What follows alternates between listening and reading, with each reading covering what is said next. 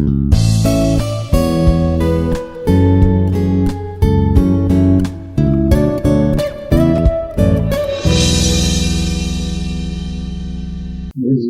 Dr. Vamsi Mohan, and today we will be discussing some numerical examples on propped cantilevers. Okay, different loads acting on propped cantilevers and its analysis. That is our today's topic. And what is propped cantilever? That is the first thing to be known. A cantilever beam which is supported at some point along the span is called a propped cantilever. This support may be anywhere along the span. Okay, generally it will be provided either at a free end or at some point near to free end. Okay, this improves the stiffness of the member and it reduces the deflections, which are very large in cantilevers. The deflections and slopes are very large in cantilevers compared to the proper cantilevers. Okay, and if it is a fixed beam, then the deflections will be still smaller because the stiffness is more. Okay, that we will discuss later. The fixed beams we will discuss later. For now, the proper cantilever is the one which is supported at some point along this span. Okay, so here the proper cantilever is an indeterminate beam. Okay, cantilever being determinate, the propped cantilever which has one additional support at some point C will be indeterminate to first degree because we have an excess reaction over the cantilever. Okay, excess reaction is there over cantilever, so it is indeterminate to first degree. Means they cannot be analyzed by using the equilibrium conditions, isn't it? We have three equilibrium conditions, and if number of unknown reactions is equal to number of equations, then the degree of indeterminacy will be 0. As in cantilever, where we have three reactions, because at fixed end we have three reactions: horizontal reaction, vertical reaction, and moment. So number of unknown reactions is 3 and number of equations is also 3. So the degree of indeterminacy is 0. Whereas in propped cantilever we have 3 plus 1, 4 reaction components, because additional reaction component at prop. Okay, so 4 minus 3, that is 1. The degree of static indeterminacy is 1. So the proper cantilever is said to be indeterminate to first degree. Okay, indeterminate to first degree. So how to find out the reactions now? How to analyze the proper cantilever? For that, first we find the prop reaction. We find the prop reaction by using some technique. Other than equilibrium conditions, we have to use some other condition to find out the prop reaction. And what is the condition that we use? If you observe the proper cantilever, if you observe the propped cantilever,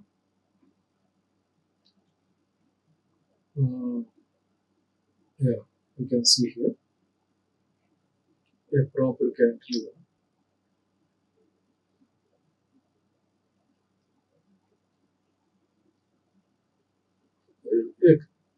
It takes some loading. Okay. Now, at point of prop, the beam will not have any deflection. That is the condition we use. Okay. If you don't have this prop, then the beam will deflect downward. Okay. And at point C, you will have some deflection downwards. Okay. Delta 1 sec. The deflection delta 1 occurs at point C if there is no prop. And by providing prop, unyielding prop, this deflection will not occur. It will not take place. No deflection occurs at point C. It means the prop exerts an upward reaction. Okay? An upward reaction which produces an upward deflection of magnitude delta 1. So that the net deflection at point C becomes 0. What does that mean? By superposition principle, if you suppose that the prop reaction is R, the net deflection at C is found as the downward deflection due to loading, okay, plus upward deflection due to prop reaction is equal to net deflection delta at point C. Downward deflection by taking it positive, upward deflection will be taken as negative, okay, delta 2, which occurs when we have an upward force R acting at C. It deflects upwards, and the deflection at point C in upward direction will be delta 2. By principle of superposition, delta is equal to delta 1 minus delta 2. What is delta? The net deflection at C is equal to downward deflection minus upward deflection. Okay. And we know this is 0. The net deflection is 0 because the support is unyielding. Net deflection is 0. So what does this mean? Delta 1 is equal to delta 2. It means the prop exerts a reaction R by which the deflection at C is the downward deflection at C is brought back to 0. After being deflected downwards, if you apply the force R, it again brings it back to its initial position. That means the point C only. Point C. What will be the net elastic curve shape? It will be of a shape something like this. Okay? Only the deflection at C becomes 0. The deflection at C becomes 0 because of prop. Okay? Yeah. So this is the condition that we use. That is the compatibility equation. Okay? The net deflection at the point of prop is equated to 0, and that gives the prop reaction. Okay? For any loading. Now let us consider some examples. This is the procedure that we follow to find prop reaction. And once you find prop reaction, the beam becomes determinate. Okay? The beam becomes determinate and can be analyzed by using equilibrium equations. We can find shear force or bending moment or deflection at any point by applying this equilibrium conditions. Okay. Now let us take the case of a propped cantilever subjected to central point load W. So for this loading, what is the reaction at prop? What is the reaction at prop? So how to find the reaction at prop? Okay, that is our problem. First thing is to find the prop reaction, and next we analyze the beam for other details. Okay, so the first thing is to apply the compatibility equation. That is, the net deflection at point B is equated to 0. The supports are, the prop is assumed unyielding, okay, and hence the net deflection is equated to 0 at the point of prop. Understand? So you consider this figure. Now what we can do is, here P is taken as the prop reaction. Now we can consider this beam, cantilever beam AB, to be acted upon by two forces, W in the downward direction at midpoint and upward force P at free end, acting at point B, the free end. Okay. So what we know is, downward deflection at B is 0. Net deflection at B is 0. And hence, the load W produces a downward deflection at B. At the point of prop, it produces delta Vamsi, downward deflection. Okay? And the prop reaction, the force P, upward force P acting at B, it produces an upward deflection of delta 2. Okay? Delta 2 at B. So by principle of superposition, the total deflection is delta 1 minus delta 2, which is equated to 0, because we know that net deflection at point B is 0. So this gives delta 1 is equal to delta. From this condition, we get the value of P. Because delta 2 is in terms of P and delta 1 is in terms of W. So here P is unknown. So we can find P. Okay? We can find P. So how we find P? For that, let us find first the deflection at B. Deflection at B. Downward deflection at B. Delta 1.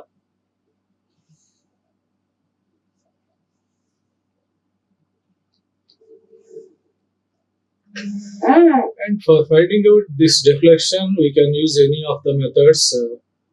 Here I am using conjugate beam method.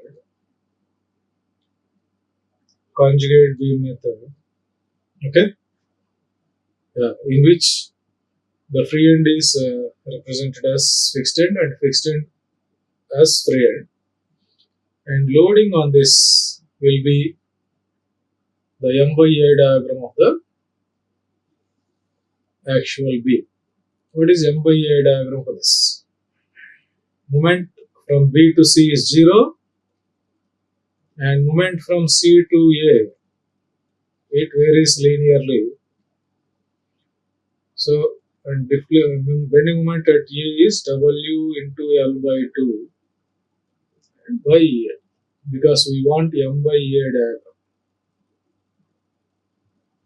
for the given B. M by EI diagram. Okay. If EI is constant, we will be assuming now EI constant. So bending moment diagram and M by EI diagram will be of same shape with ordinates being divided by EI here. Okay. So this is negative bending moment, and hence we have drawn it below. Here also we will take load, that is M by EI diagram, isn't it? The load to be acting upwards. It is WL by 2EI. Okay. So this is L by 2, this is L by 2. And how to get the deflection now? Deflection at any point in actual beam. Deflection in actual beam is equal to bending moment in conjugate beam at any point. At any. And where do you want deflection? At point B. So delta 1 deflection at point B is equal to bending moment at B in conjugate B. This is the conjugate B, which is a cantilever again. And what is the bending moment here? At point B, the total load multiplied by its centroidal distance. So total load is obtained as the area multiplied by total load is area. So half into L by 2 into WL by 2EI. Okay. This multiplied by centroidal distance from B. So it is L by 2 plus 2/3 of L by 2. Centroid is at a distance of 2/3 of L by 2 from C. So L by 2 plus 2/3 of L by 2. So 2 gets cancelled here. L by 2 plus L by 3. Okay, L by 2 plus L by 3. So what is L by 2 plus L by 3? So it is 5WL by 6, this value. 5WL cube by 8 into 6, that is 48 EI. 5WL cube by 48 EI. Okay. Yeah, now this is downward deflection. What will be the upward deflection? Upward deflection delta 2. Upward deflection delta 2. Yeah. Here, due to force P, it deflects upwards by delta 2. Okay. And delta 2 for load at free end. The deflection under the load is PL cube by 3EI. We can find out this by using the same principle. Okay. So the upward deflection here, delta 2 is obtained as PL cube by 3EI. Now use the condition delta 1 equal to delta 2. So what is delta 1 here? Delta 2 is PL cube by 3EI, and that is equated to 5WL cube by 48 EI. So what is P? It is 5W. L cube gets cancelled, EI gets cancelled. So 5W by 16. 5W by 16. So that is the prop reaction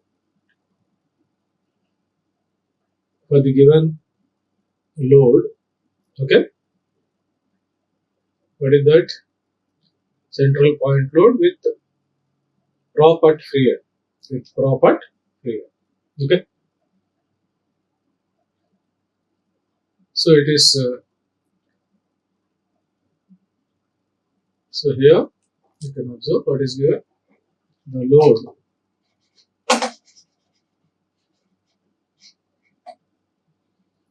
This is downward deflection and this is upward deflection. Okay.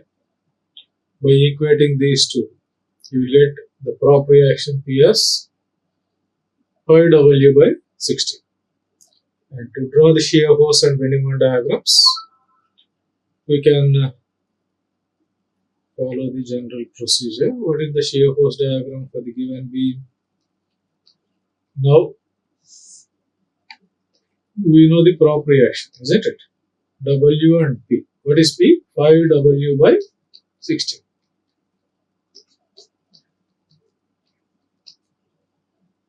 Okay. So, while drawing shear force diagram, what you need to remember?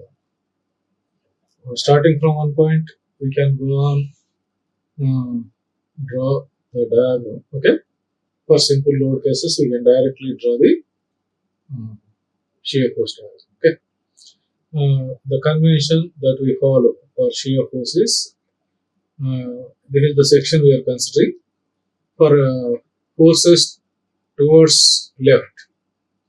If upward, positive. If downward, negative. Okay. That means to the left, downward, negative, and to the right, upward, negative. Similarly, left side upwards and right side downwards are positive. So we consider right side of this now. What do we have now? What are we having here? What forces are acting to the right? Only force P upward. So right side upwards is negative. So the shear force at B is minus 5W by 60. The shear force at the section X is this much, and which is independent of X. If you observe, for this section we consider the origin from B, X from B. So the shear force is independent of X, isn't it? So what does that mean? This remains constant from X equal to 0 to X equal to L by 2. Because this equation for shear force is valid between B and C only. Between B and C. So we consider a section X between B and C. Understand?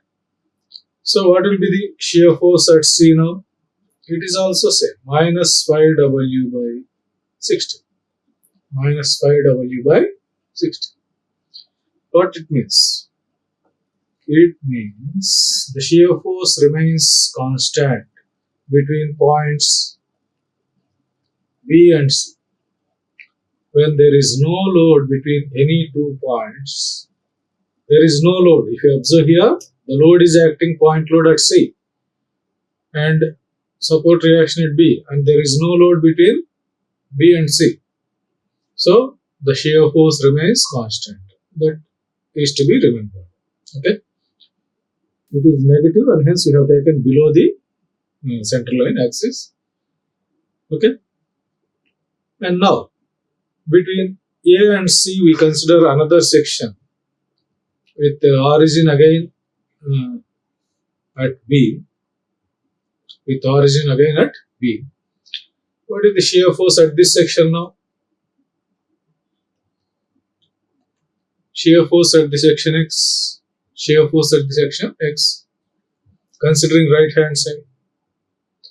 Considering right hand side. So, sum of all the forces. Algebraic sum of all the forces acting towards right. Shear force at any section is obtained as the sum of algebraic forces of all algebraic sum of all the forces acting to the right. we can consider left side also. For that, we need to find the sum of forces acting to the left, okay, of the section. When you consider right side, we have to follow the convention, okay. Right side downwards positive and right side upwards negative. So downwards, we have downward force W and upward force 5W by 16. So net is 11W by 16. It is positive. And if you observe, this is also independent of X. What does that mean? Between A, C, between points A and C, shear force remains constant. What are the limits for X here? X equal to L by 2 to L. Here in portion BC, X equal to 0 to L by 2. The limits for X. Because beyond that, this equation is not valid. Okay?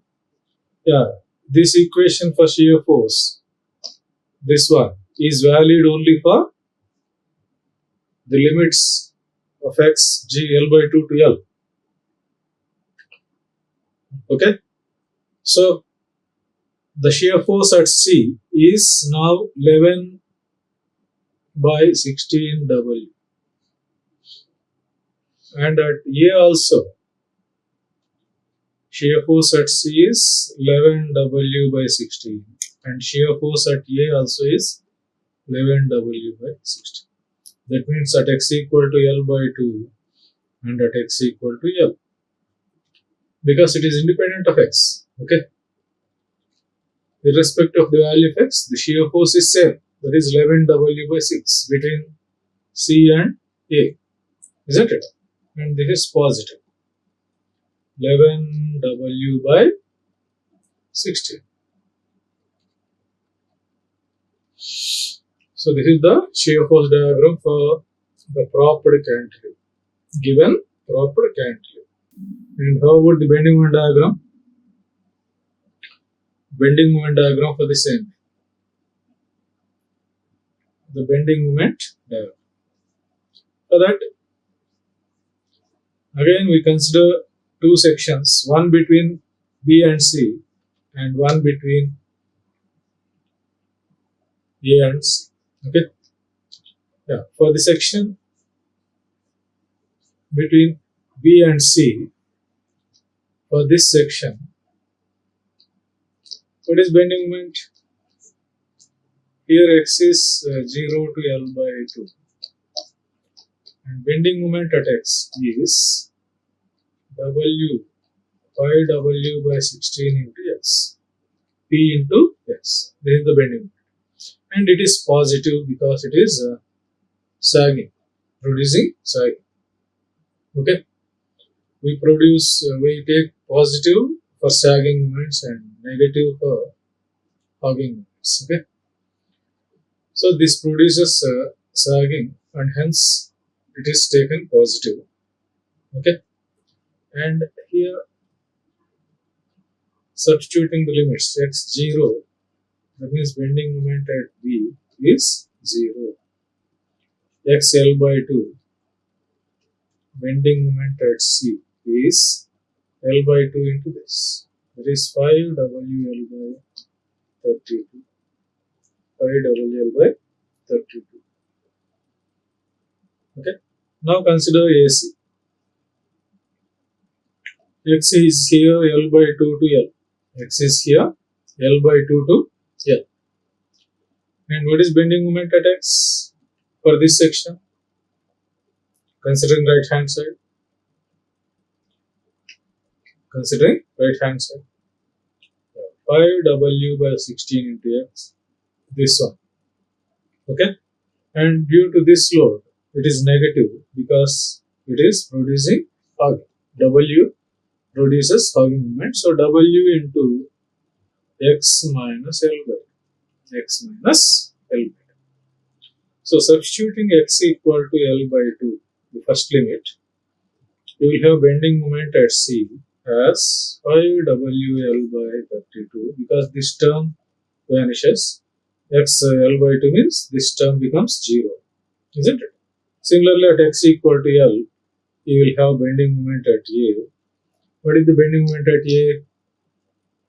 Substituting x equal to L in this equation, pi WL by 16 minus WL by 2.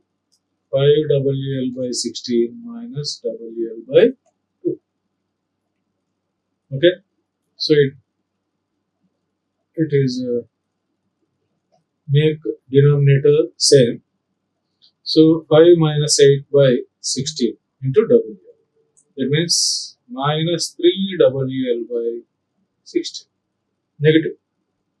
So the bending moment diagram for this will be bending moment diagram for this 0 here, and at C we have positive bending moment. What is that positive bending moment? At C, what is the bending moment? 5 WL by 32. 5 WL by 32.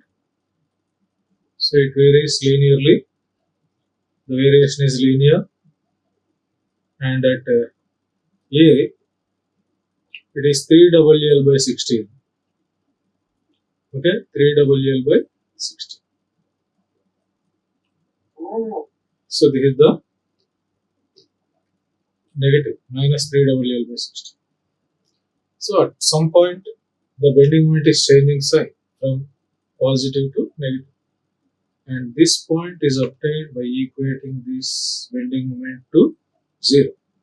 Okay, this distance is obtained by equating bending moment to 0. It is clear. And by equating this to 0, what will you get? 5wx by 16, 5wx by 16 minus wx, 5wx by 16 minus wx plus wl by 2. Okay, or this is wx minus 5wx by 16 equal to wl by 2. So you make the denominator same here. So you have 11 wx by 16 equal to wl by 2. So what is x from this? X is equal to 8 by 11. 8 by 11 L. X equal to 8 by 11 L. This one. 8 by 11 L. So it comes out to be 0.727 L. 0.727 L. Okay, that is the point of contraflexion. Point of contraflexion. Okay, that is the end of this session. We will discuss another example in the next class, next session. Thank you. We will be discussing propped cantilever with UDM. We will be discussing that in the next session. Thank you. Like, share and subscribe. Hit the bell icon for more updates.